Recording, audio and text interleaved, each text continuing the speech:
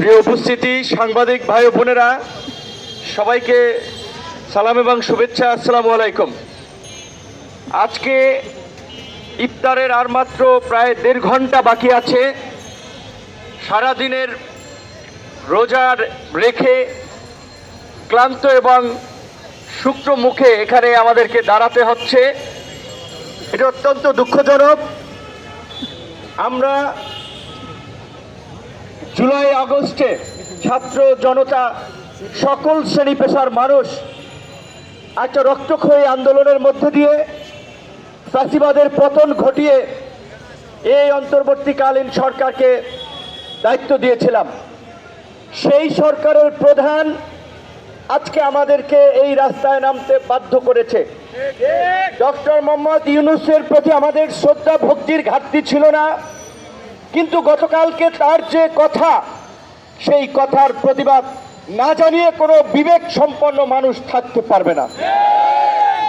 তিনি আন্তর্জাতিক ক্রাইসিস গ্রুপের মিটিংয়ে বলেছেন যে আওয়ামী লীগ নিষিদ্ধ করার কোনো পরিকল্পনা এই সরকারের নাই। বন্ধুগণ, আপনাদেরকে মনে করিয়ে দিতে চাই, অগস্টেই এই আলগাজীর সামনে মঞ্চ করে আমরা আওয়ামী লীগ নিষিদ্ধের দাবিতে প্রোগ্রাম করেছিলাম, জেলায় জেলায় প্রোগ্রাম দিয়েছিলাম। এই বছরের 5ই ফেব্রুয়ারিও প্রধান উপদেষ্টা বরাবর জেলা প্রশাসকদের মাধ্যমে আওয়ামী লীগ নিষিদ্ধের দাবি, লুটপাটকারীদের বিচার এবং সম্পদ বাজেয়াপ্ত সহ 5 দফা দাবিতে স্মারকলিপি দিয়েছিলাম। 19শে ফেব্রুয়ারি বিক্ষোভ মিছিল করেছিলাম। কোন রাজনৈতিক দলের আওয়াজ পাওয়া যায় নাই, কোন রাজনৈতিক দল কথা বলছে না। আমরা বারবার বলেছিলাম আওয়ামী লীগ নিষিদ্ধের প্রশ্নে রাজনৈতিক দলগুলো তাদের অবস্থান পরিষ্কার করুন। এখন এই রোজার দিনে জগন্নাথ বিশ্ববিদ্যালয়ের ছাত্রদের স্লোগানের রেফারেন্স টেনেই বলতে হচ্ছে সব শালারা বাটপার। জগন্নাথ বিশ্ববিদ্যালয়ের ছাত্ররা তাদের ক্যাম্পাস সঠিকভাবে যেন নির্মাণ হয়, সেই কারণে ওই বাটপার প্রতারক বিভিন্ন গোষ্ঠীর কাছ থেকে কাজ সেনাবাহিনীর কাছে দেওয়ার জন্য যেন সুষ্ঠুভাবে সম্পন্ন হয়, তারা স্লোগান দিয়েছিল সব শালারা বাটপার, আর্মি হবে ঠিকাদার।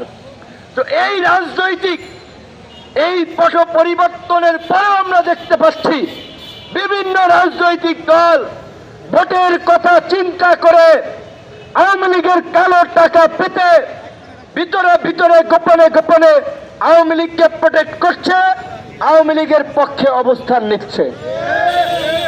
আজকে বিপ্লবের কাণ্ডারি বলে যে সমস্ত ছাত্র নেতারা পরিচিত, তাদের মন্ত্রণালয়ের সচিব থেকে বিভিন্ন দপ্তরেও এই ফাঁসিবাদের দোসর যারা 24 এমপি নির্বাচন করেছে তারাও দায়িত্ব পালন করছেন।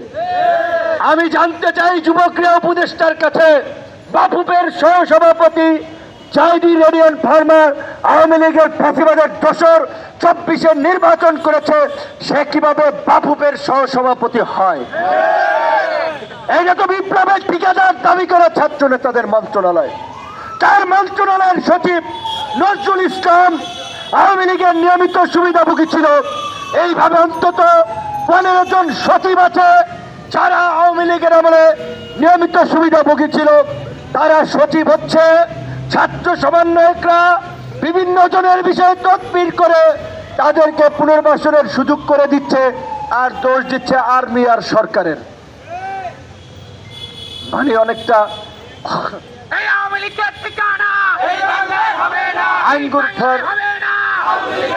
অনেকটা এখন পরিস্থিতি দাঁড়িয়েছে আঙ্গুর ফল না খেতে পেরে টক। সরকারের কাছ থেকে সুবিধা নিয়ে সরকারের উপরে তারা খবরদারি জারি করে পার্টি গঠন করে তারা আজকে হাসিনার মতো আরেকটা ফ্যাসিস্ট পার্টি হতে চায়। যেই কারণে আজকে তারা আর্মি নিয়ন্ত্রণ করতে চায়, পুলিশ নিয়ন্ত্রণ করতে চায়, রাজনীতিবিদদের মধ্যে